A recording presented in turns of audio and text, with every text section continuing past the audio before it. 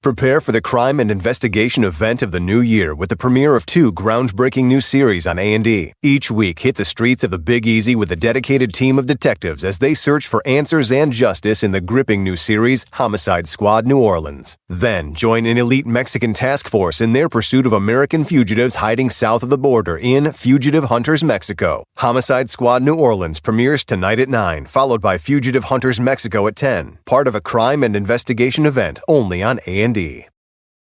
Hi, welcome to IKEA. Hey, I'm holiday shopping for the family and I heard there's a sale. What's the deal? That's right, it's the IKEA winter sale now through January 7th. You can save up to 50% on select items in store and online. And if you're an IKEA loyalty member, you can save an extra 10% on select sale items. Perfect. I need storage help. Our storage solutions are great for organizing. Shop the IKEA winter sale in store and online today. Offer valid in the U.S. through 1/7 while supplies last. Selection may vary by store and online. See IKEA-USA.com/winter sale for full terms. Restrictions apply. You can support this podcast at patreon.com/partnersincrimemedia. I'm Rebecca Lavoie, and this is Crime Writers On.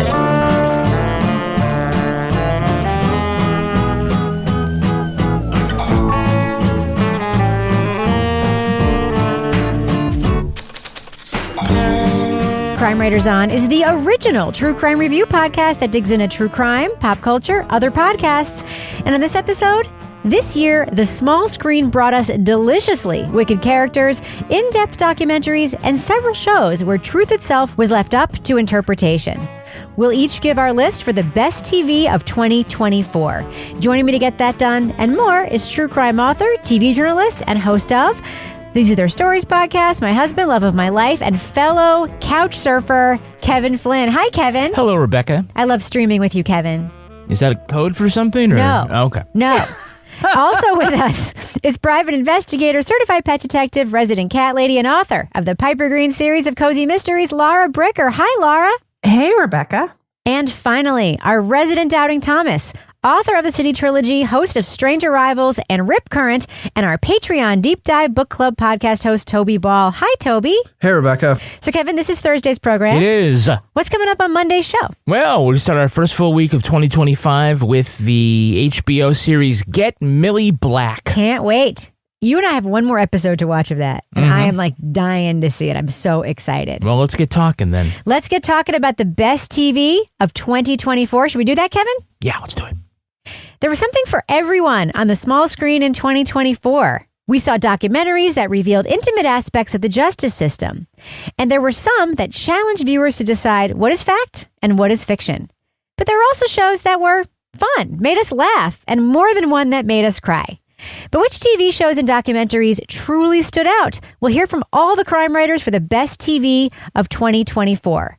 Before we begin, much thanks again to Linnea Motter for managing the list of reviews at crimewriterson.com. All of our thumbs up and thumbs downs are there. Go to crimewriterson.com/reviews. Also, each of our top 10 lists can be found in our show notes and on our website.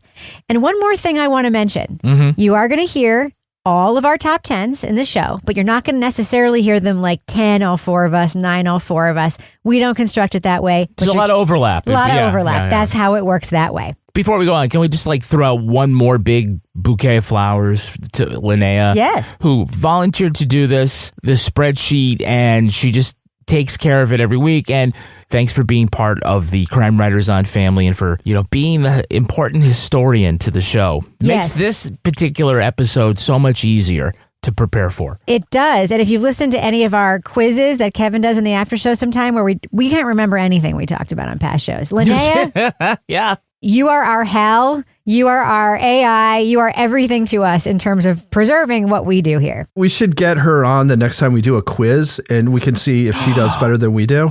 Amazing. Oh, yeah. She probably would do better than me. I have no doubt that she would do better than me. Oh, Kevin will say something we reviewed. I'll be like, what's that? I don't know. I'll be like, Rebecca, it was 2 weeks ago. It was the thing with the thing. Oh, yeah. And sometimes he'll describe the whole thing, and I'll still be like, yeah, that's completely unfamiliar. It was a murder?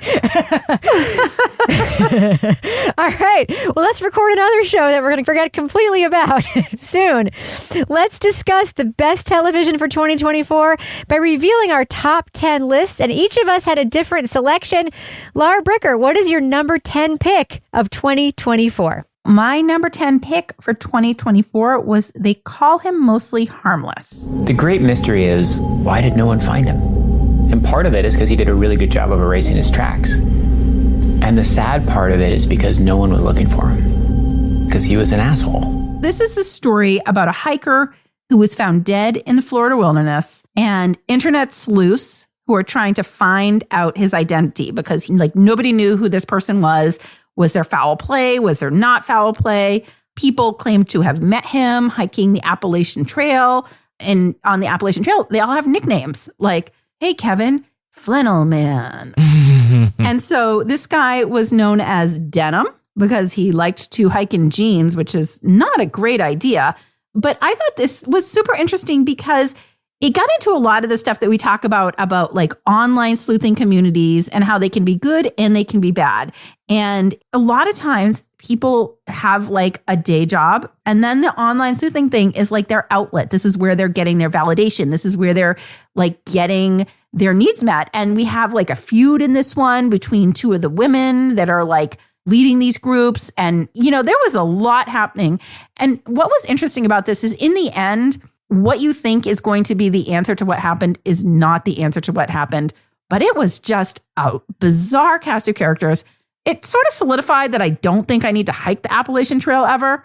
Number one, I don't have a good nickname.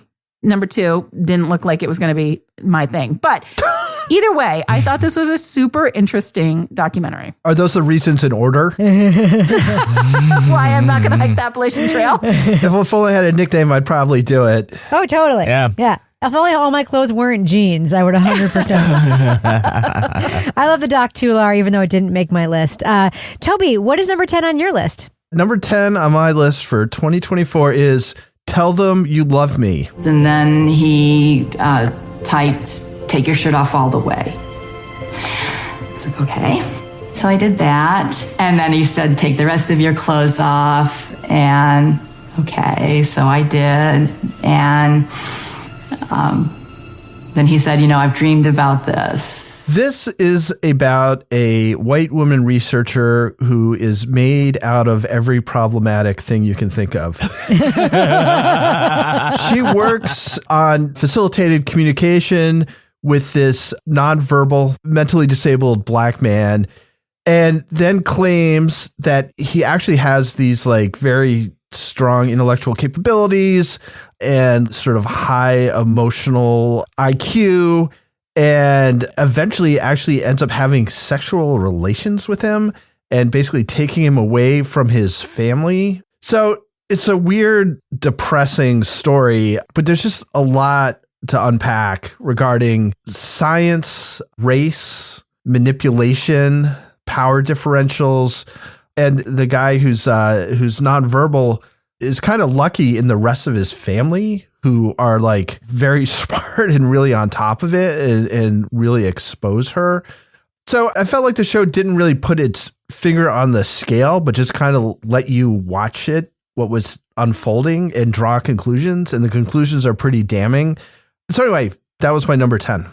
Another great doc. Didn't make my list because I have some trash on my list that took its place, unfortunately. Awesome. But I do love all three of the docs you guys picked. Were not on my list, but I love all of them, including your number 10 pick, Kevin. Yeah, my number 10 pick is American Nightmare. How could this person who's charged with investigating crime think that this is like a Ben Affleck movie? That's Hollywood. This is real life. So first, the cops didn't want to believe Aaron Quinn's story that an intruder dressed like a frogman broke into his house overnight, and that's why his girlfriend is missing.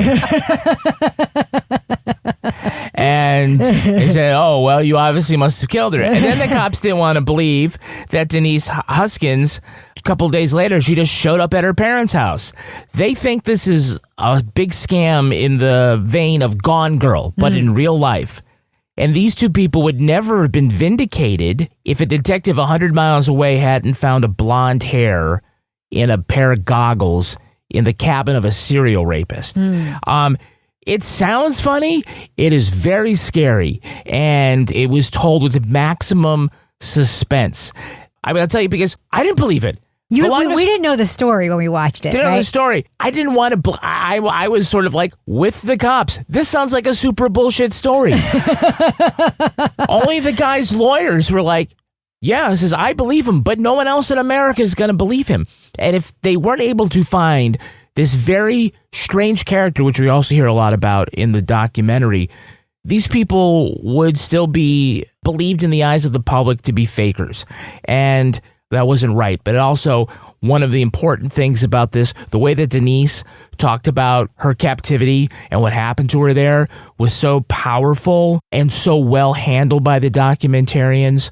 It really was a remarkable documentary, and that's why it made my top 10 list. Yeah, it's pretty amazing, especially if you don't know the story. My number 10 pick is Woman of the Hour. Honey, I've been on this show since 1968, and I've seen more idiots flirting back and forth than I can count. The one thing I've learned is, no matter what words they use, the question beneath the question remains the same. All right. What's the question? Which one of you will hurt me? I'm just going to say this movie is scary as fuck. As I said in our review, I watched most of it from under a blanket, and I normally wouldn't put something scary in my top 10, but this was so good. Anna Kendrick made her directorial debut telling a scripted version of the story of the dating game killer, Rodney Alcala. This was a real-life serial killer. This could have been cheesy and exploitative, true crime, scripted fodder, but instead, Kendrick made a gorgeous and suspenseful movie that doesn't tell, but shows what it is like to be a woman in the world. It is so good, incredible performances, beautifully constructed, beautifully shot. Everything about it was just absolutely spectacular. So yeah, that's my number 10, Woman of the Hour. Kevin, I see it also made your list at number 8. Yeah, this was number 8 for me. This plot was wound as tight as a 12-day clock. And you're right, this could have just sort of been, like pretty good true crime dramatization, recreation kind of thing. But what made this outstanding was its representation of gender politics and like sort of what it says about victimization, not criminal victimization necessarily, but about the way that women, certainly in the 70s, I won't say that it's all over, it never doesn't happen anymore, but it was a real window into the mindset of a woman in the 1970s to the point where you could see almost why she would fall for a serial killer because of the compliments that he gave. It was just a great performance by Anna Kendrick and great directing job as well.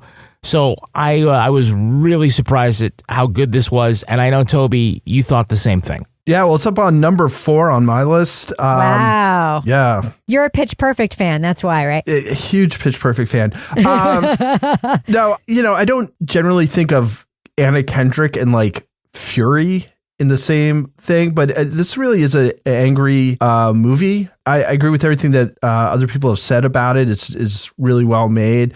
There are some just really, pit of your stomach scenes. I think in particular, there's sort of an extended scene after the actual dating game where Anna Kendrick ends up going and having a drink with Rodney Alcala, and you sort of watch as she realizes that there's something very, very wrong. So I really liked it. It was my number 4. All right, Toby, let's stay with you. Tell us what you listed in your number 9 spot. I listed the Stanford Prison Experiment. I thought, well, there's 3 things you need to do. You need to be agitated in your body, you need to be screaming, and you needed to generate tears. I want out! I don't want out! I want out! All I was thinking was, keep this up. Try not to give in too quickly to say, oh, I'm fake, you have to get out. So this is a look at one of the best known social science experiments. If you were of a certain age, you probably had something about it in high school or possibly even college.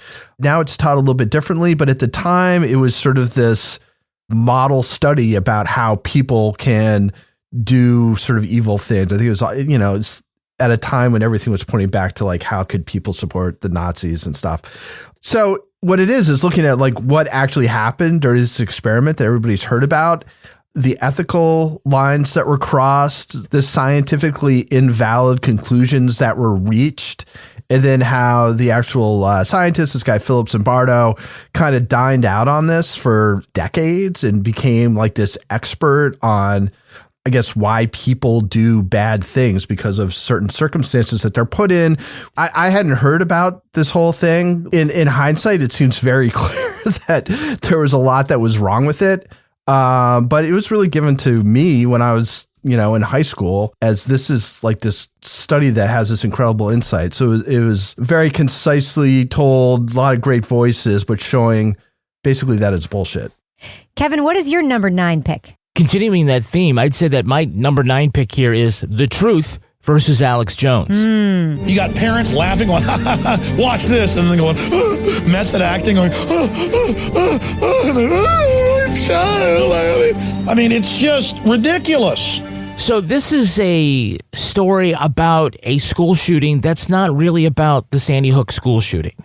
It handles that aspect of it with a lot of grace and emotion that is not cheap. But the real focus here has to do with America's most notorious vitamin salesman, Alex Jones, and his ability to wreak havoc by feeding into the worst of people's nature, by pushing these theories that the children were never killed and that all these grieving parents are actually actors, and the ability or the inability to hold him accountable for those lies. This is a story that continues to go on, but I thought it was absolutely fascinating. I was completely enraged by it, and where we've seen a couple more of these very recently, properties that talk about conspiracies and the people who believe conspiracies. People who share the conspiracies. People who share the conspiracies. It ends up being very disheartening if you think that, well, one day we're going to turn a corner and all this is going to go away. So this really stayed with me. It made me angry, and it also made me really ponderous. So that's my number 9. Let's move on to number 8. Lara Bricker, what did you think was the number 8 best thing you watched and reviewed in 2024? My number 8 pick was Only Murders in the Building. So what's next podcast-wise? Charles, you mentioned a cold case? Oh, please. If it was interesting, it wouldn't be cold. No, what we need is a hot, fresh, dead body, preferably right here or very near to here. It's true. We've been very lucky with people dying in our building. Yeah, but it is kind of a flaw in our business model. Mm-hmm. This is one of those shows that is always fun when a new season drops, because friends of mine that don't watch anything that we watch that's like more heavy true crime or documentary style are watching this. You can talk to people about it, and it's kind of a cozy mystery set in the Arconia. And you've got this quirky cast of characters within the Arconia, and you're just along for the ride with Steve Martin and Martin Short and Selena Gomez. And this latest season I enjoyed because now we have the other side of the Arconia, and we have new characters that live over there. You know, the guy with the eye patch, the guy who's doing the exercise thing. You've got the mysterious man who may or may not be there, who may be dead, who may not be dead, who may be collecting rent checks. Who knows? And it's also, I think, a very personal season because the victim in this season is Steve Martin's character's stunt double. There was just a little bit more of an emotional pulse in this one because of the connection between the victim and Steve Martin. But I just love these characters.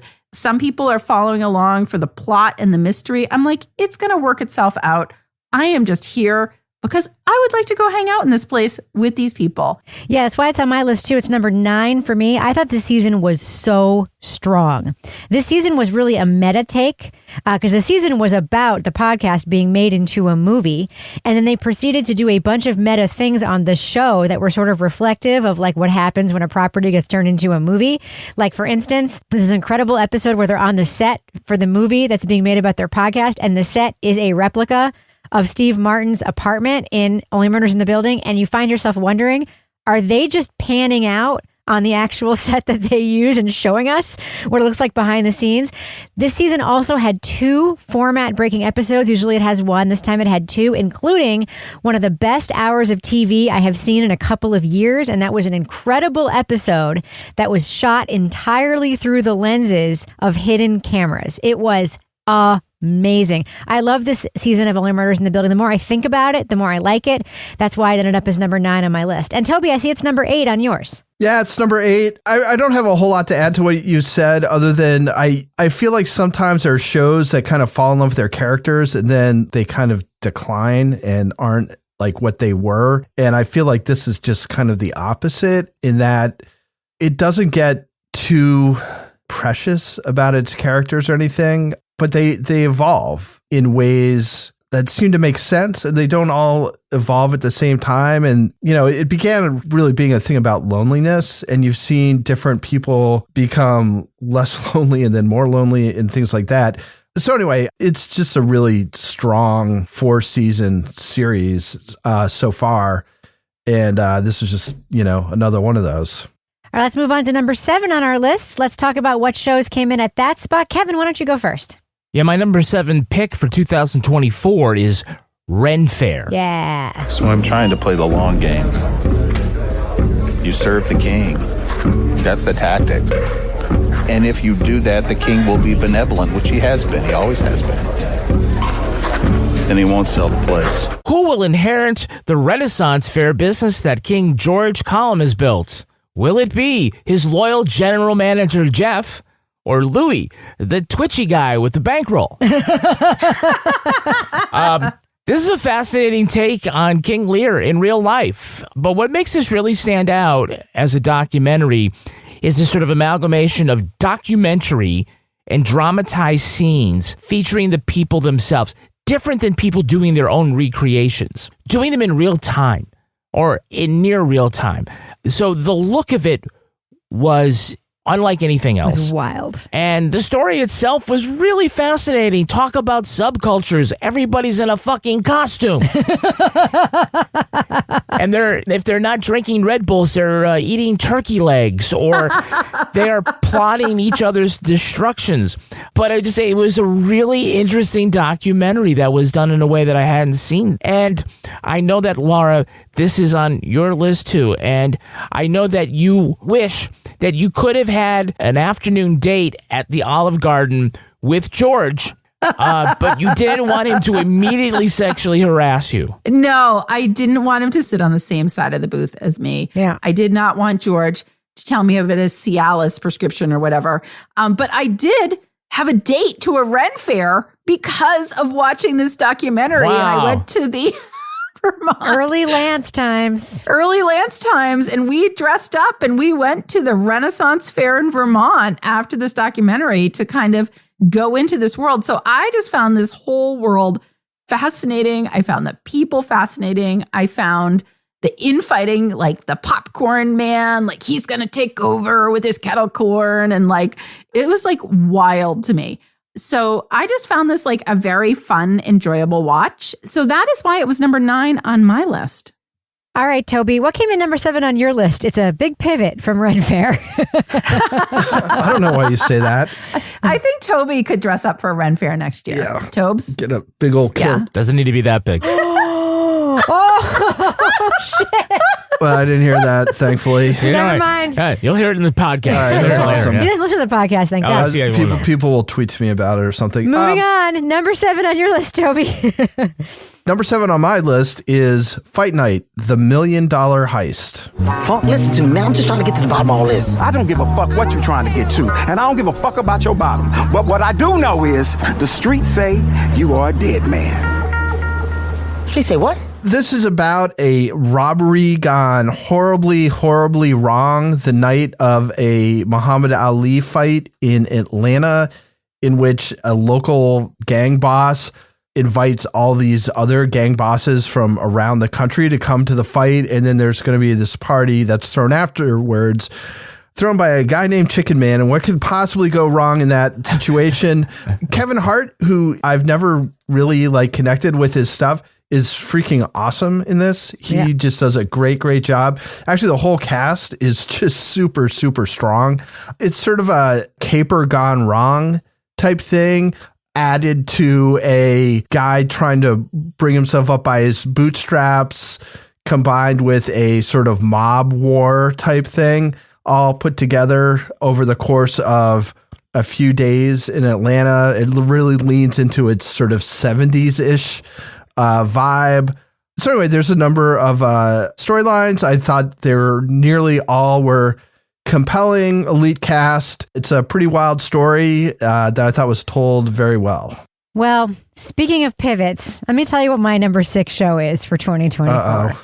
My number 6 show is The Perfect Couple. Oh, they're rich. Child sex ring on a private island rich. I'm bored. Let's go buy a monkey rich. Kill someone and get away with it rich. Don't at me. I loved this series. It is based on the very cheesy Alan Hildebrand book of the same name. It's about Greer Winberry, played by Nicole Kidman, with yet another completely fucking confounding accent. She's a successful novelist living on Nantucket, hosting her son's wedding to Amelia, who is played by Eve Hewson from Bad Sisters, who also happens to be Bono's daughter. This also had Liv Schreiber, Dakota Fanning, and Megan Fahey delivering knockout performances in one of the cheesiest things that was on TV this year. It is cheesy. It is soapy, but it is completely watchable, rompy fun. I loved watching every minute of this, including the stupid murder mystery at the center of it. I have to say, the reason this ended up so high on my list is because of how much I loved watching it. And sometimes that's what it takes for me to put something up there. I mean, plenty of excellent TV this year. And yes, I picked The Perfect Couple as number 6 on my list. You know what, Rebecca? I would like to support you because it's not on my list. Thank you. I also loved it, and all my friends loved it. And it was just like I binged it in like an afternoon. It was so watchable. It's fun as fuck, Laura. It was fun as fuck. And Toby and I disagree. Well, here we are. We are nearly halfway to our number 1 selections for 2024. Lara Bricker, tell us what your number 5 pick is. My number 5 pick was season 2 of The Diplomat. You think the British Prime Minister ordered a strike on his own warship, which may or may not be connected to the bomb that just went off in his own city? You think he ordered that too? I think the call is coming from inside the house. And 3 Americans, including my husband, just got blown up inside the house. This is an all-star cast. We've got Carrie Russell. We've got Rufus Sewell. It's super fun. Season 2 picks up where season 1 ended. There's been a car bomb that goes off in Notting Hill. Kate Weiler, who is the diplomat, her husband, Hal, is like walking along. We don't know if he's dead or if he's alive at the end of season 1. Season 2 picks right up. We find out who's dead, who's alive. This is one of my favorite shows that we get to watch and review because it is fun. It is entertaining. My friends watch it. It's bingeable. It's like a spy thriller. It's got diplomatic parts. It's got romance. It's got location porn. I love this show. I can't wait for the next season. I think one of my critiques of this season is there weren't more episodes because I would have watched more episodes. Usually I'm the one who's like, too many episodes. They have to fulfill their contract. But in this thing, I was like, I want more of this show. It was so fun. I think I actually watched it twice and I rewatched season 1 leading into this. So that is why it is on my list. Yeah, Toby, it's also on your list at number 5. Yeah, you know, it's sort of mindless, good fun. I think it was fun to see Carrie Russell and Allison Janney together. Allison Janney is amazing as the current vice president. Yeah, I don't have a whole lot more to say other than, much like Rebecca was saying about Perfect Couple, I just kind of enjoy watching it and not having to think too much about it. Yeah, this is number 3 on my list. Carrie fucking Russell. She's my favorite actor. Now she's in, for the 3rd time, one of my favorite television shows. Of course, The Americans is my all-time favorite television show. I am a huge fan of Felicity. I think it's very underrated, and I love this show. It's acrobatic. It's unbelievable. Like, there's nothing in it that's believable, but it's super fun. It features incredible set pieces, incredible acting. Even the dumb stuff is just fun to watch. So yeah, location porn, all of it. Allison Janney, resplendent, wiping those ashes on her skirt. One of my favorite little moments in television this year. I love The Diplomat, and that's why it's my number 3. Speaking of dumb stuff, if you join us on Patreon. Yeah, dumb stuff indeed. Patreon.com/Partners in Crime Media. There you can support this podcast for the year 2025. Get all sorts of exclusive content, such as the Crime Writers on After Show, Toby Ball's Deep Dive Book Club podcast, Lara Bricker's Leave It to Bricker podcast, our Married with Podcast Advice podcast, and Rebecca's updates on the Karen Reed case, the Readathon. Yes, and if you join our Patreon, you might get picked to be our patron saint of the week some week. If you're lucky, Kevin Flynn, who are our Patreon patron saints this week? Our Patreon patron saints are Ruthie Way and Chandel Whitney.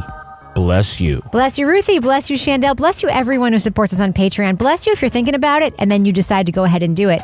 And you can always get a gift subscription or ask someone to get one for you. You can gift the Patreon and support us for a year at Crime Writers. We really, really appreciate it. We can't do what we do without you. You can try it for free. Try it for free. Kevin, does that end the business section? Thus ends the business section. Fade that music out. Prepare for the crime and investigation event of the new year with the premiere of 2 groundbreaking new series on A&E. Each week, hit the streets of the Big Easy with a dedicated team of detectives as they search for answers and justice in the gripping new series, Homicide Squad New Orleans. Then, join an elite Mexican task force in their pursuit of American fugitives hiding south of the border in Fugitive Hunters Mexico. Homicide Squad New Orleans premieres tonight at 9, followed by Fugitive Hunters Mexico at 10. Part of a crime and investigation event only on A&E. So, Kevin, this show left you cold? Yeah, but the winter clothes at Quince will never leave you cold. Nice. Did you not get what you wanted for Christmas?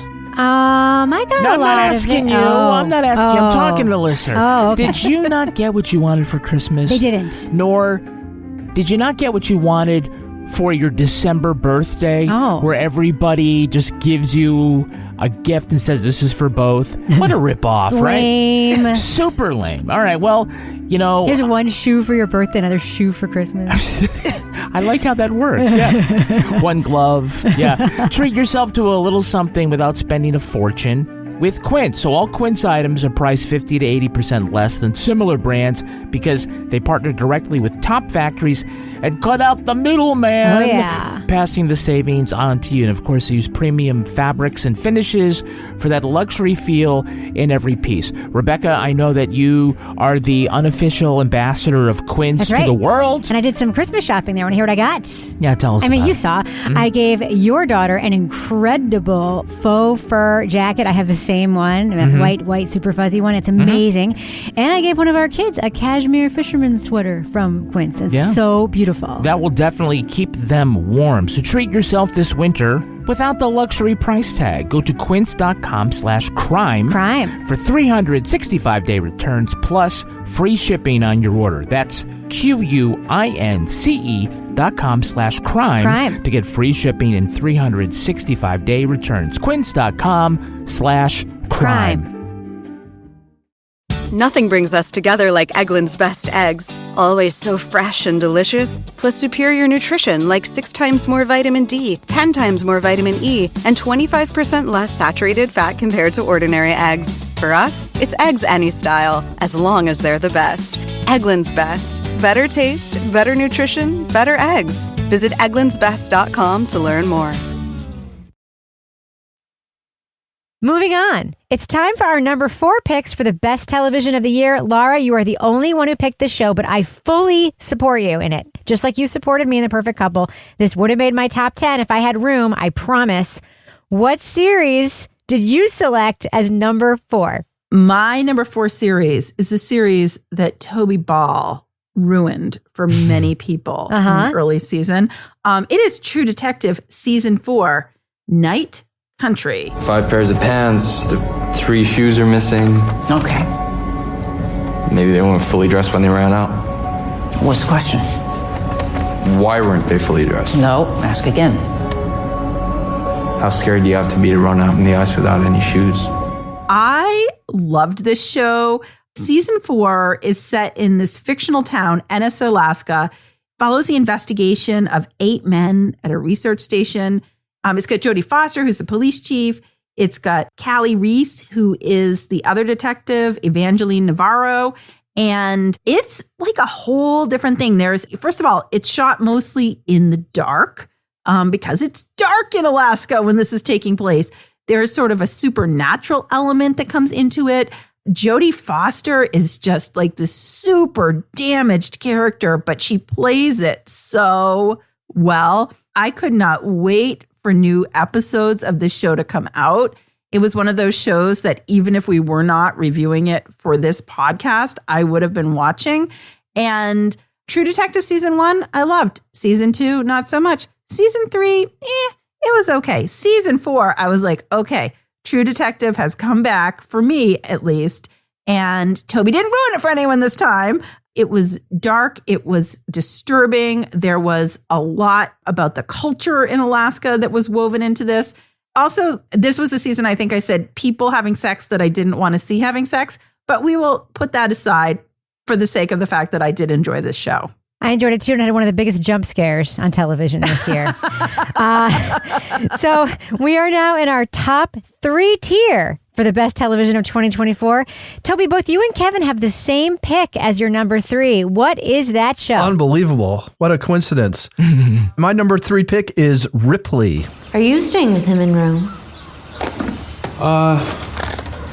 For a while, I guess. Help him get settled.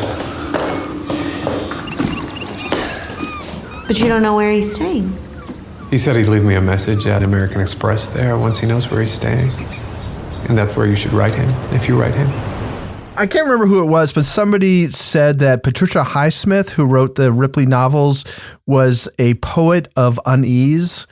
I think that's what this show really gets perfectly. It gets the tone and the feel of the novel sort of exactly right. It's unhurried, but you just kind of feel the sense of the walls kind of closing in of things that are bad that are about to happen.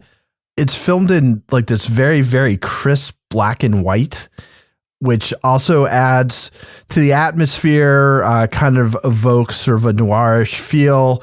And at times it's like really beautiful. Like a lot of the shots of the sea and the coast are beautiful. The acting is great. And I just thought this was a joy to watch. Kevin, why is it your number 3? Because Toby told me to put it in. That's right. Okay, it's better than 4, but not as good as 2. Yeah, no. I mean, I think this was fantastic. I thought great performances. Visually, it was so striking. Shot in black and white to make it very atmospheric.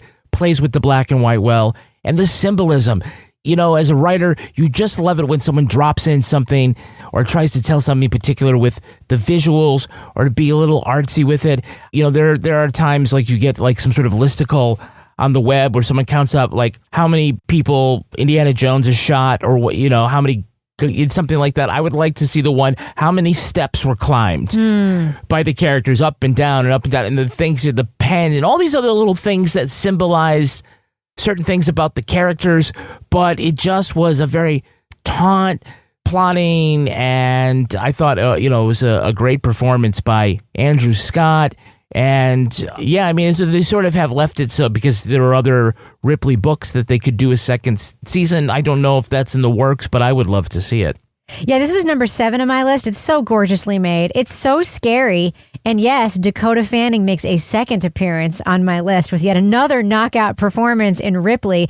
This is one of the better reimaginings of a novel and a movie that we mostly have already seen that I have ever seen. It's way better than the Matt Damon movie. And I really like the Matt Damon movie. It nails the book. I mean, because what's amazing about Ripley is you're rooting for him, even though he's a psychopath and you hate him. Like, you still want him to get away with it. And that's hard to pull off. Andrew Scott really helps that along. And of course, he's a huge Swiftie, so I'm a huge fan of his as well. Now, Lara, you have something at number 3 that I'm not going to let anyone else comment on. I'm just going to say it's probably going to be controversial. What is your number 3 pick, Lara Bricker? Is this Bad Monkey? Yes. I can't do it, Ro. I'm technically not even a detective anymore. We really have to do this dance? Who's dancing? There's no dance. I'm suspended. How am I dancing? No, it's the back and forth. There's no back and forth. My brother, you want your job back very badly, right? Yes. Well, I've got something in my car that the sheriff wants you to drive to Miami. This was one of the most fun things I have watched. I actually started watching this before we were even supposed to watch it. And then I had to pretend I didn't watch it when Lance came over because I was like, oh, we have to watch this show. And I was like, I've never seen this show before because I just thought this was super fun. So number 1, this has Vince Vaughn. It is set in Key West, one of my favorite places of all time. Vince Vaughn is Andrew Yancey, a former police detective. He has been basically like demoted. Now he's doing restaurant inspections and they find a severed arm. And then this just launches the whole story. The severed arm Was it a murder? Was it not a murder? Was it a fake murder? Was it not a fake murder? And now there's a monkey. So it goes between like the Bahamas and Key West. And the thing is, I think Vince Vaughn like ad-libs a lot of this, which made it even more fun for me. I can't believe nobody else had this on the list. So many people around me loved this show. It was seriously one of my favorite things I've watched in a long time. And I might rewatch it over the Christmas break. All right, we've now reached the number 2 picks on our countdowns. My number 2 pick for 2024 is The Jinx, Part 2. When I called him after the 5th episode, there was a change in Bob. He was clearly now worried. No, I'm sort of busy right now. Let me get back to you. Say Wednesday. Bye-bye. And I thought to myself, holy shit, he's gonna run.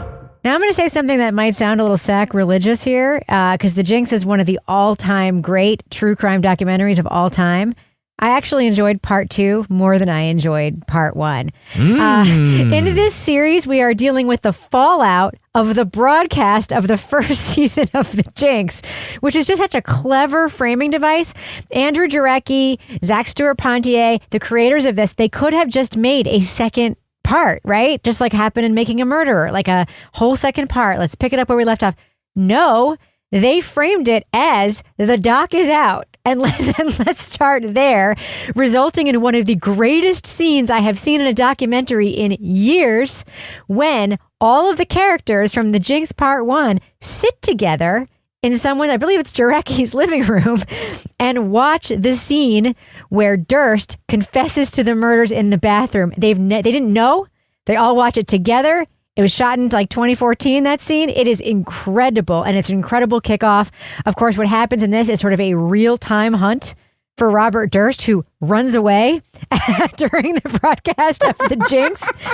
It's just incredible. We also have lots and lots of interview tape with Durst, and I already knew that he is one of the funnier murderers in the lexicon of murdering, but like he's so weirdly likable, even though you know he's done these horrible things. We also have a very interesting prosecutor character, and best of all, the prosecutor's assistants, his paralegals, are twins, and they are amazing. I loved The Jinx Part 2. Just like some of my other picks, I think about it all the time. I love it the more I think about it. So it's one of those things that, you know, at the time I loved it, but now I love it even more because I've had more time to like let it soak in.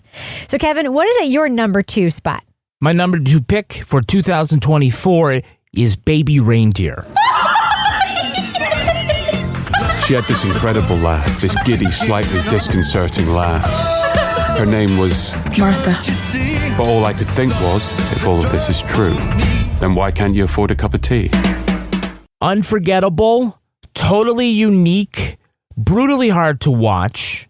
Based on his own true story, Richard Gadd plays wannabe comedian Donnie Dunn, who is stalked by the obsessive Martha. But he is like spiraling out of control, secretly dealing with his own pain over being sexually assaulted by a TV writer he looked up to. It's raw with so many amazing performances, embraces the complexity of dealing with victimization. You see his slow descent into self-destruction and self-loathing, and there's a lot of comedy in it as well. This won 6 Emmy Awards. It is funny, it's heartbreaking, it's also unsettling, and there's never been anything like it. Toby, I see you have this at number 6. How come? It's pretty amazing that Richard Gadd is willing to be this emotionally vulnerable in front of the entire world, basically, by putting these very, very difficult things just out there in this seemingly very honest way. I thought that part of it was remarkable. I had some quibbles here and there, but just the whole basis of the project of this show, it must have taken a ton of courage.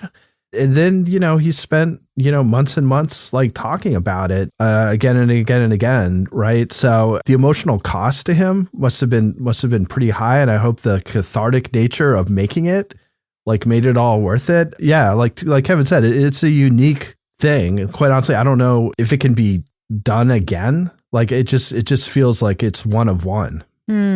It's number 5 on my list for a lot of the same reasons. It's one of the most creative things I've ever seen.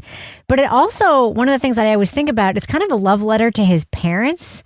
I don't know about the real life scenes that actually transpired there, but the scenes I always think about are the scenes where his father took the phone call from Martha and just told her to go fuck herself. And then the scene, of course, where he went home and sort of came out to his parents and talked to his parents, and their reaction was completely different than he thought it was going to be, and it completely transforms their relationship. So there are so many layers here. One of my favorite things about this show is that he's trying to be a comedian and he's not funny in any respect. Like, he's just not. Imagine being a real life comedian and playing you when you sucked and bombed over and over and over again. That's another thing that I think was probably very, very hard to do. So, Toby, what is your pick for number 2 thing on television in 2024? So, probably not surprisingly, it is Say Nothing. You goaded the Brits into a war, yeah? And now you're outmanned 50-1. There's an army of women in Belfast and Derry willing to tilt the odds in your favour. Any of whom can help by joining the common. But you're not listening. We don't want to be rolling bandages. So Say Nothing is based on the incredible book by Patrick Radden Keefe about the troubles, especially about Dolores Price and her sister and the part they played in the IRA, and in particular a bombing in London followed by their imprisonment. It takes place over 2 timelines, which again sometimes goes horribly awry. In this case, I think the way they laid it out, they both sort of enhance the stories, even going backwards. Like, I think the stuff that's happening more contemporarily sort of helps you contextualize what happened in the past in a way that makes it sort of more understandable and enjoyable. The acting is great. I had a little bit of trepidation because I love the book so much that I was worried that it was going to be one of those things where like the show was okay and I just felt really disappointed by it. But in fact, I thought it was tremendous and it had a lot to live up to in my mind, and it definitely did that. Lara, this is on your list as well, right? Yeah, so this was on my list because this was disturbing to watch. Like, there was opening scenes that were really hard to watch where the sisters went out and joined the march and they're getting stoned basically and like chased into the river. But I think I don't remember learning about all of this in my history classes in my little Vermont school. But I think it was told in such a way that we have the backdrop of incredible reporting that was originally done by Patrick Radden Keefe with this really interesting and compelling dramatization that is done, where now we're learning about this in such a way that it's interesting to watch, albeit disturbing, but also like it's set in the backdrop of this, to me, this true crime story of like what happened to this mother who you see in the beginning getting hauled out of this apartment with all of her many, many children there, and the journey that those children go on to find out what actually happened to their mother. So that is why it was number 6 on my list. Kevin, it's on your list as well. Yeah, it comes at number 4 for me. I thought you don't have to be the son of an IRA bagman to say that this was a really great series. It was electric, and it found a way to tell a historical story in a way that the narrative kept driving, that drew you in, made you want to find out more. I mean, it was almost like when they would jump ahead to the present day, like, no, everything's going so awesome. Like your storytelling in the past, like, why? Let's stay here for even more, because you learn a lot about historical events, but through the eyes of normal, regular people. But people who are not on the periphery, people who put themselves in the middle of a larger movement. I thought the performances were great. The casting was wonderful. The beards were horrible. Oh, beards were terrible. The costume just, Stephen Ray's wig, the guy who played Stephen Ray. Yes. I mean, so if you're going to kneecap anybody, maybe the costuming person, but all the other stuff, the writing was fantastic. The acting was super well done, and I recommend anybody watch it. And we get to find out about Kevin's father's role. That's right. If you listen to the after show. The after show. We're not giving that away for free. That's right. Kevin, this is also number 4 on my list. Who doesn't love bank robbing nuns? Yeah, I call this film Galfellas. It's just so good. It really, I mean, the fact that it's a scripted version of real reporting doesn't in any way take away from the journalism part of this, which is so hard to do, to see like a fictional scripted version of a real life piece of reporting, because he broke news with that reporting, and he also breaks news in this again, a little bit with on the fictional side for people who didn't read his book or didn't read his article. So I just think it's great. Patrick Radden Keefe is an incredible journalist. Dude who plays Stephen Ray looks just like Stephen Ray, except for the bad hair. And it's just super well executed, restrained, but difficult, very violent at some parts, but also deeply funny. And that's really hard to pull off. All right, we're going to hear what our number one picks are on television for 2024. Kevin, that's coming up after a quick break, right? Yes. All right, we'll be right back.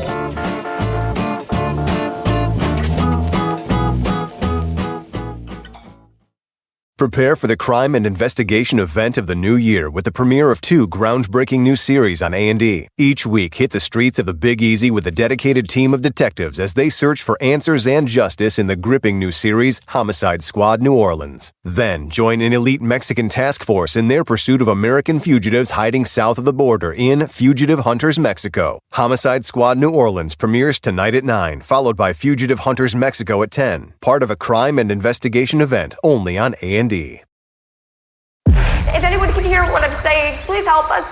We were attacked by some kind of animal. From the director of The Invisible Man and Blumhouse, producers of The Black Phone. My husband was infected. What is happening to me? Daddy, is that you? Run! Hurry, Mommy, it's coming! Don't you lay a hand on her! Wolfman, directed by Lee Winnell. Under 17, not admitted without parent. Only in theaters January 17th. This cold and flu season, Instacart is here to help deliver all of your sick day essentials. Whether you're in prevention mode and need vitamins, hand sanitizer, and that lemon tea your Nana swears by, or you're in healing mode and need medicine, soup, and a lot more tissues. Simply download the Instacart app to get sick day supplies that reinvigorate or relieve, delivered in as fast as 30 minutes. Plus, enjoy $0 delivery fees on your first 3 orders. Excludes restaurant orders. Service fees and terms apply. And we're right back. We're back. Now it is time to reveal our selections for the very best of television of the year. Kevin, let's start with you. What is your number one? My number one pick for 2024 is Daughters. I'm gonna see you later. If you say bye, that means you're never seeing them again. So Right. Promise you I will not say bye. See you later, okay? Okay. Don't say bye.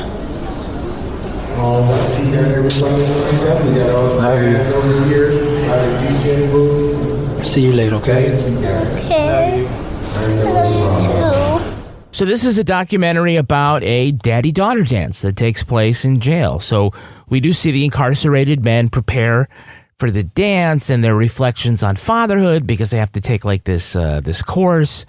But the focus is really on these young girls dealing with different aspects of life without a father.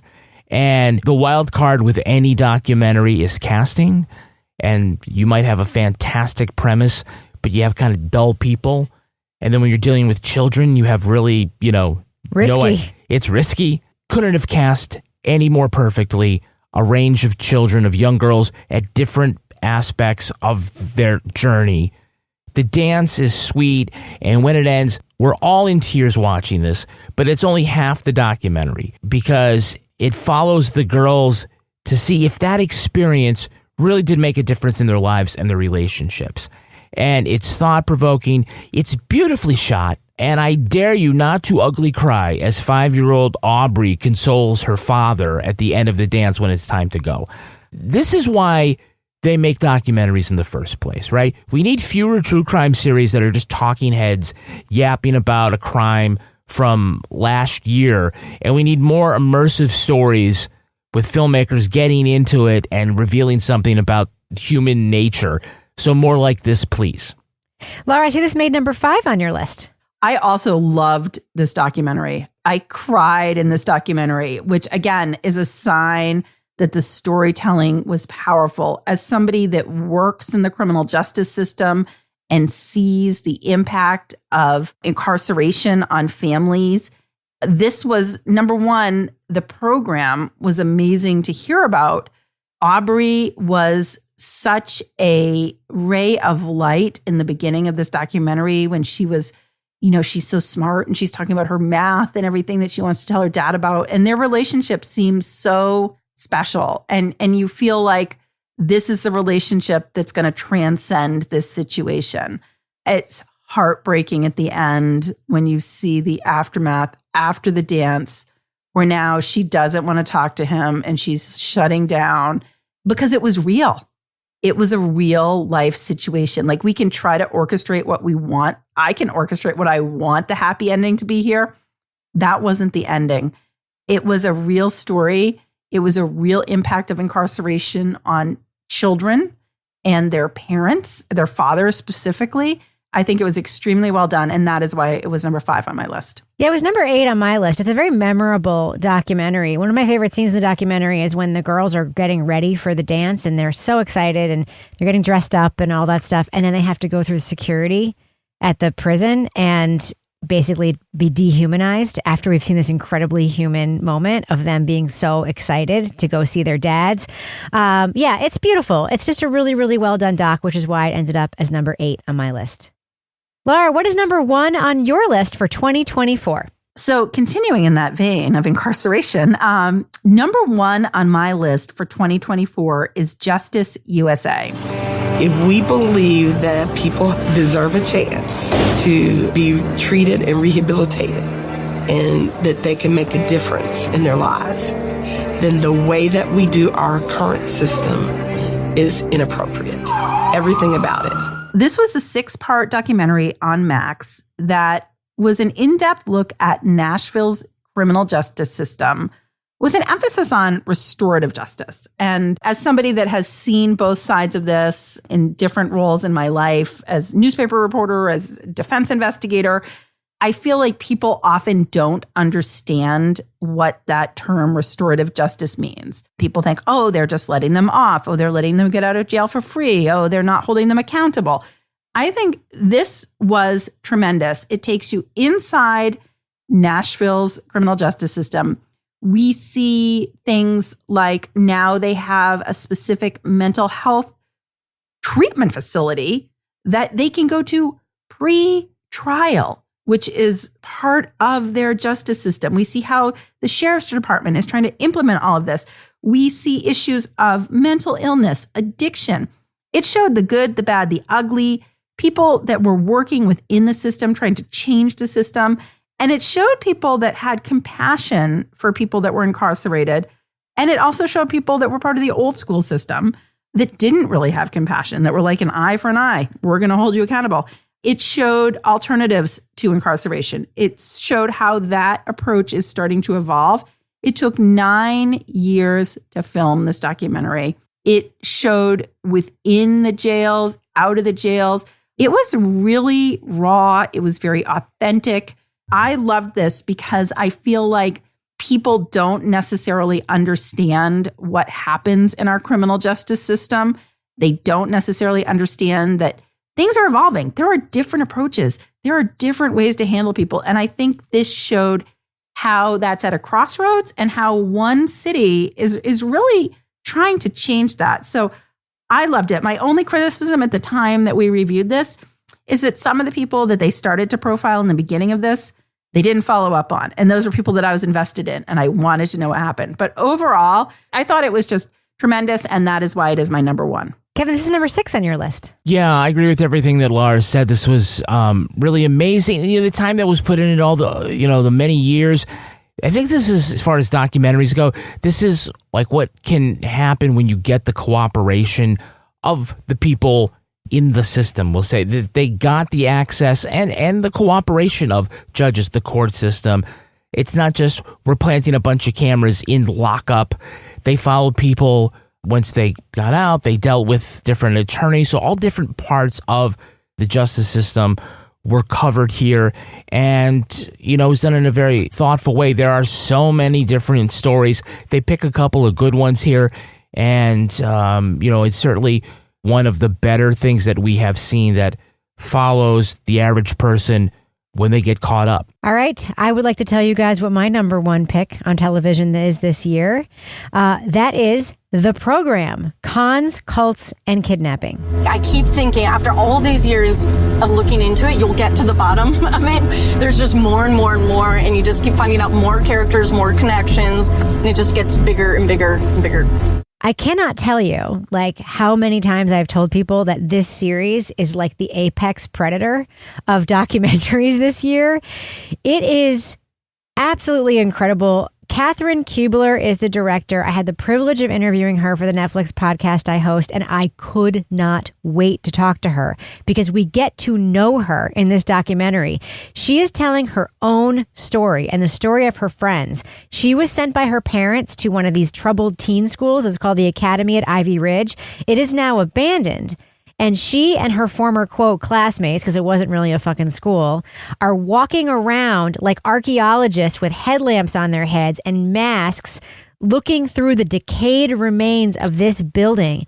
And imagine a scene in which they're going through all of this stuff, papers and desks and old mattresses, and she finds her own file. So she is able to tell the story through the lens of someone who experienced it, but also tell the story through the lens of what the school wrote about her versus her own memory. It is so good. It has a big zoom out on the troubled teen industry, something that we've kind of wanted in other shows that have tried to tackle this issue. It also has an incredible zoom in on the very difficult relationship she still has with her father, who she decides to go no contact with for the same period of time that he left her in this school, and then their reconciliation at the end. The thing about this documentary that is magical is that somehow it manages to be deeply funny at the same time that it is difficult. Catherine Kubler is a genius. She is so funny. She is so wry. The fact that she told her own story in order to be able to tell the story of her friends, because that's what she told me she did. She wasn't going to include her own story because she thought it wasn't as bad as what her friends went through. But the fact that she included it makes this documentary magical. It is a must watch. If you haven't watched The Program, please watch it.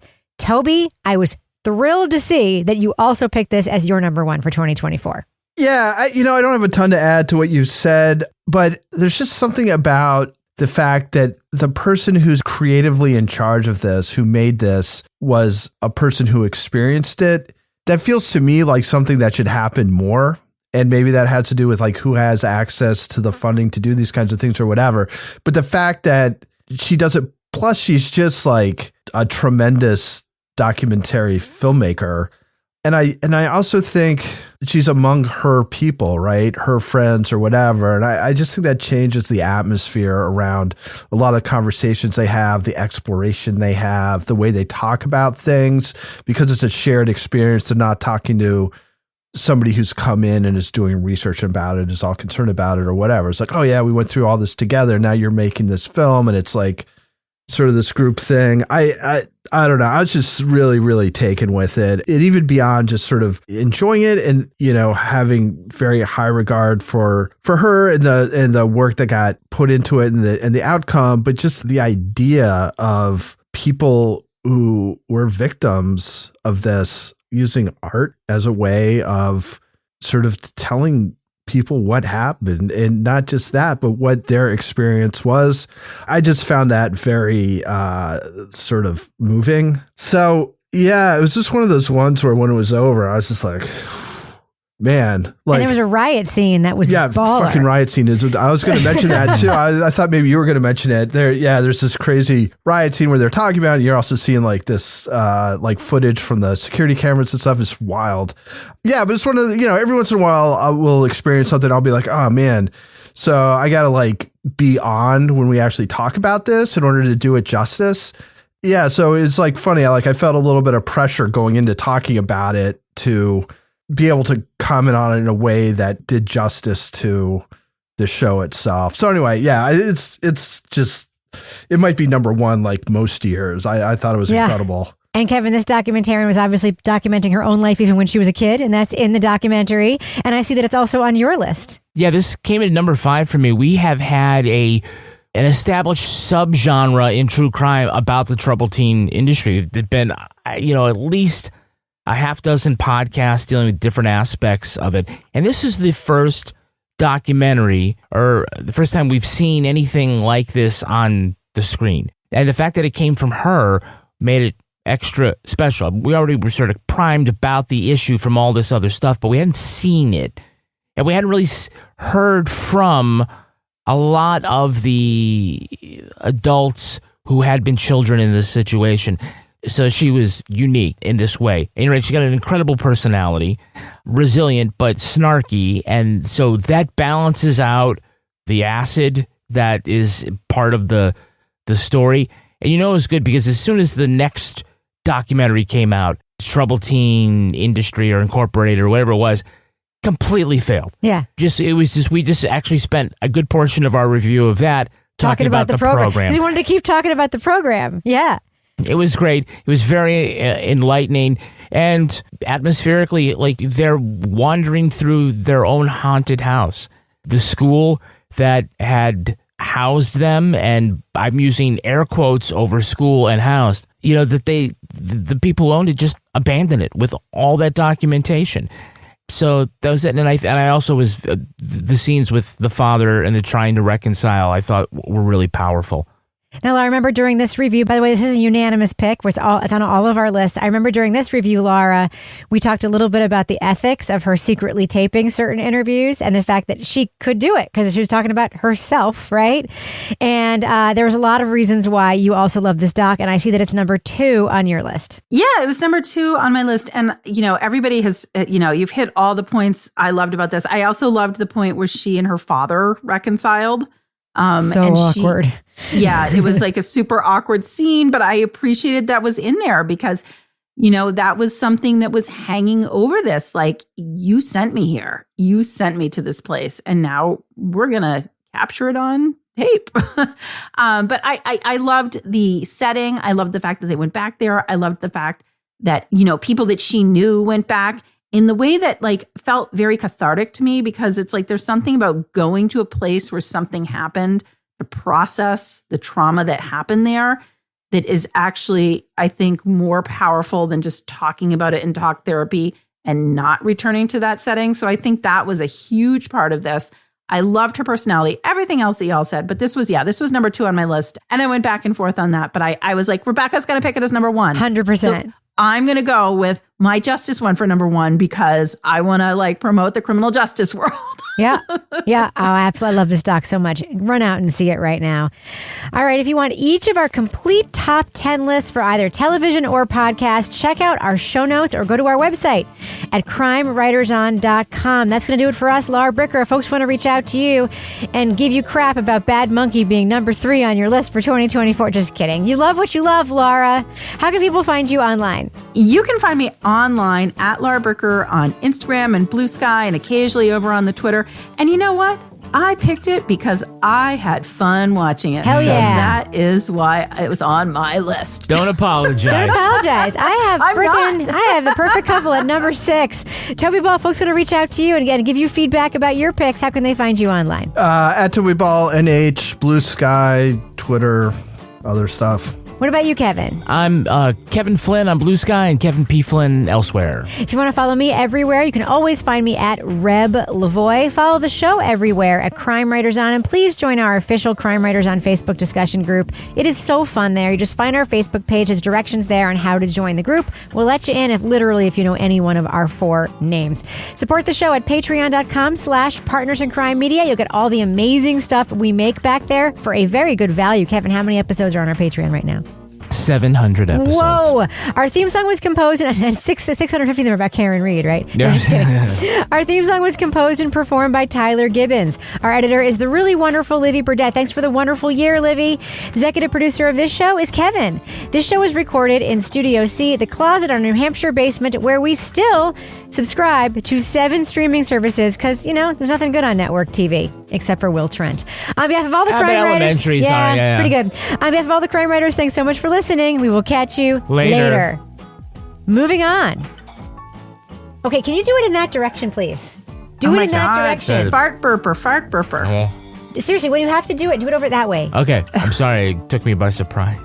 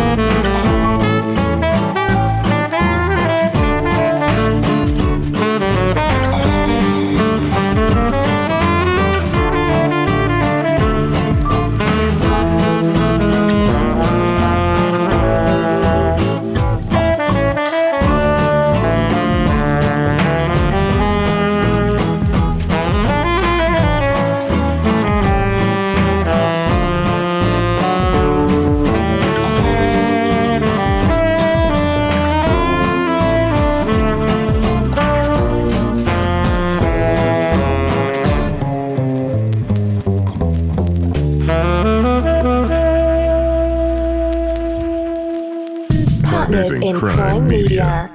Prepare for the crime and investigation event of the new year with the premiere of 2 groundbreaking new series on A&E. Each week, hit the streets of the Big Easy with a dedicated team of detectives as they search for answers and justice in the gripping new series, Homicide Squad New Orleans. Then, join an elite Mexican task force in their pursuit of American fugitives hiding south of the border in Fugitive Hunters Mexico. Homicide Squad New Orleans premieres tonight at 9, followed by Fugitive Hunters Mexico at 10, part of a crime and investigation event only on A&E.